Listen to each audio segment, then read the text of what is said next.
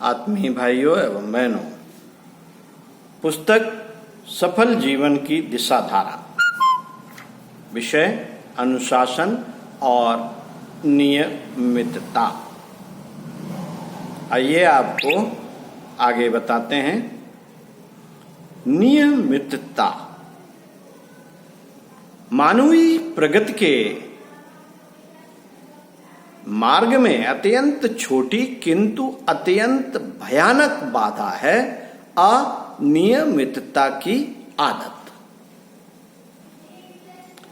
आमतौर से लोग अस्त व्यस्त पाए जाते हैं, हवा के झोंकों के साथ उड़ते रहने वाले पत्तों की तरह कभी इधर कभी उधर फुदकते रहते हैं। निश्चित दिशा न होने से परिश्रम और समय बेहतर बर्बाद होता रहता है।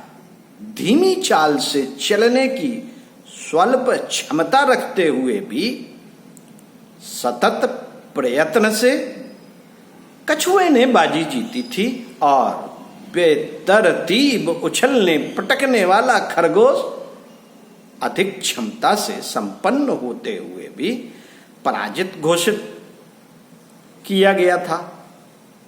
सामर्थ्य का जितना महत्व है उससे अधिक महत्ता इस बात की है कि जो कुछ उपलब्ध है उसी को योजनाबद्ध रूप से नियत क्रम व्यवस्था अपनाकर सदुद्देश्य के लिए नियोजित किया जाए।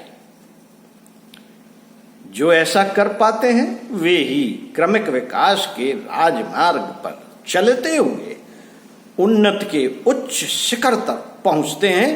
जो इस ओर ध्यान नहीं देते उन्हें योग्यता एवं सुविधा के रहते हुए भी पिछड़ी परिस्थितियों में पड़े रहना पड़ता है। जबकि सुनियोजित जीवनचर्या बना सकने वाले एक के बाद एक दूसरी सीढ़ियों पर चढ़ते हुए वहां पहुंचते हैं जहां साथियों के साथ तुलना करने पर प्रतीत होता है कि कदाचित किसी देव दानव ने ही ऐसा चमत्कार प्रस्तुत किया हो।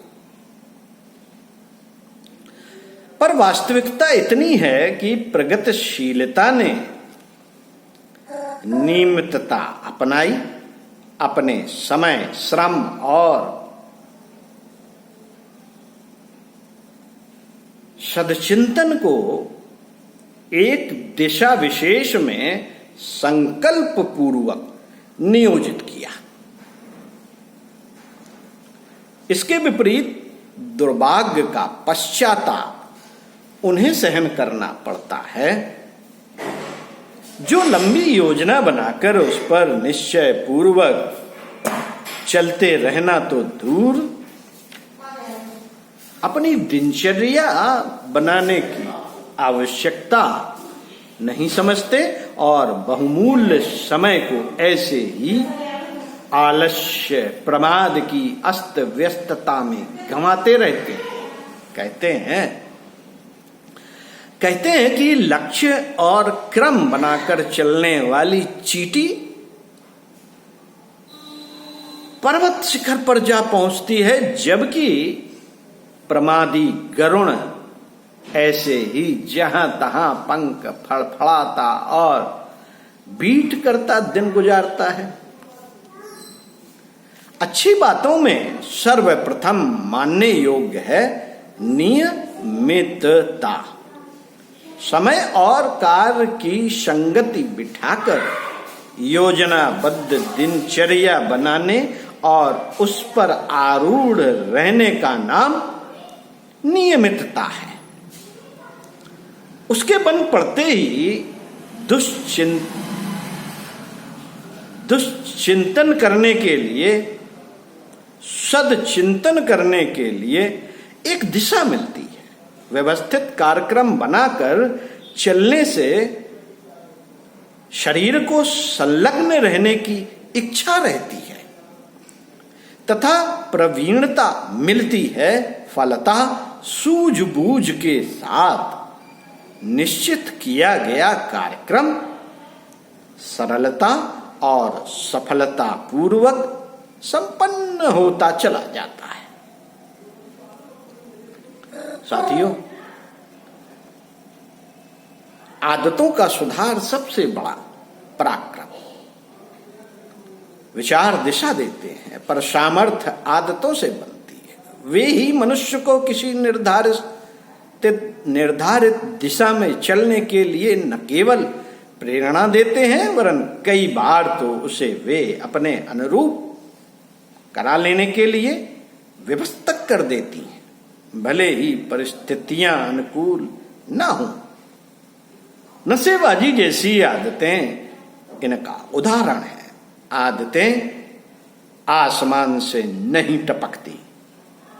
विचारों को कार्यान्वित करते रहने का लंबा क्रम चलते रहने पर वह अभ्यास आदत बन जाती है और उसे अपनाए रहने में जितना समय बीतता है उतना ही वह ढर्रा सुदृढ़ होता चला जाता है और उसी पटरी पर गाड़ी लुढ़कती रहती है। आदतें बनाई जाती हैं, भले ही उनका अभ्यास योजनाबद्ध बनाकर किया गया हो अथवा रुझान, संपर्क, वातावरण, परिस्थिति आदि कारणों से अनायास ही बनता चला गया हो।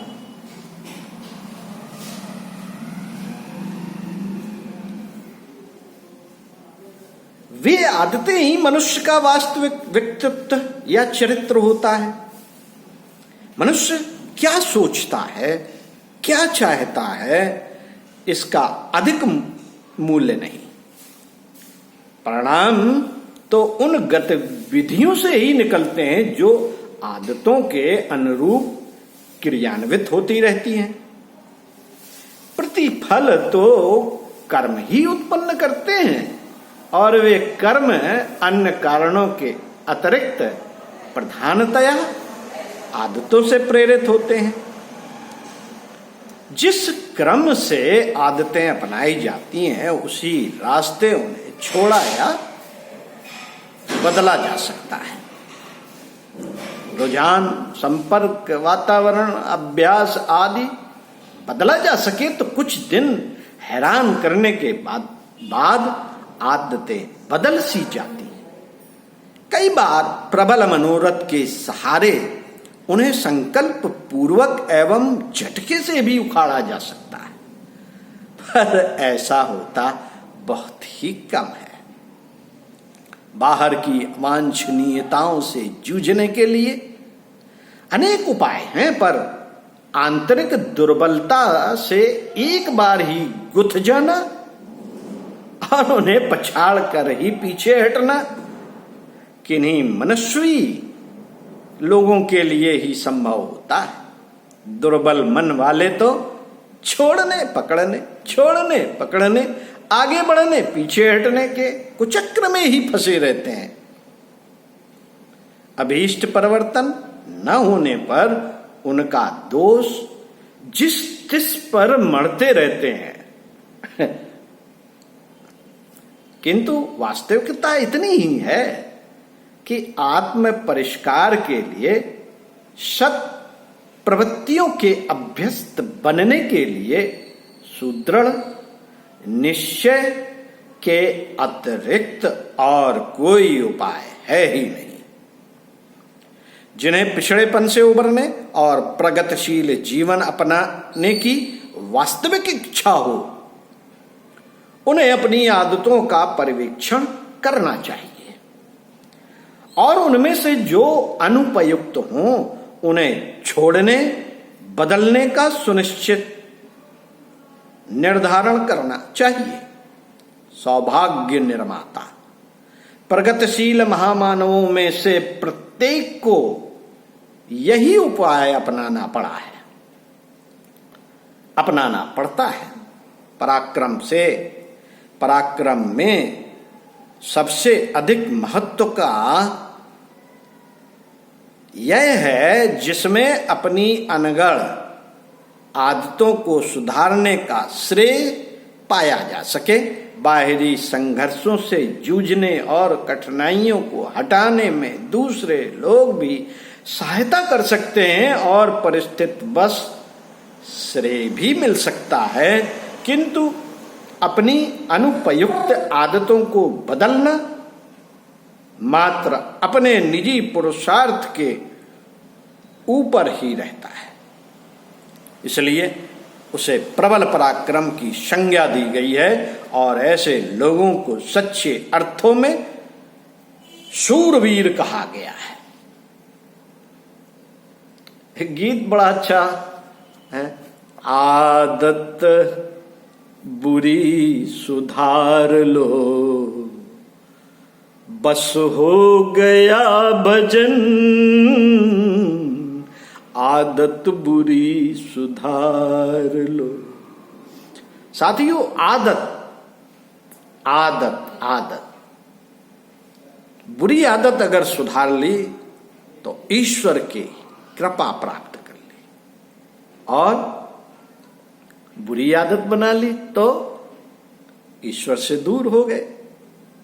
यही सार तत्व यदि हमारी समझ में आ जाए तो हमारा जीवन बदल सकता है। आप भी अपनी आदत को सुधारने का क्रम बनाना शुरू कर दीजिए। ओम शांति।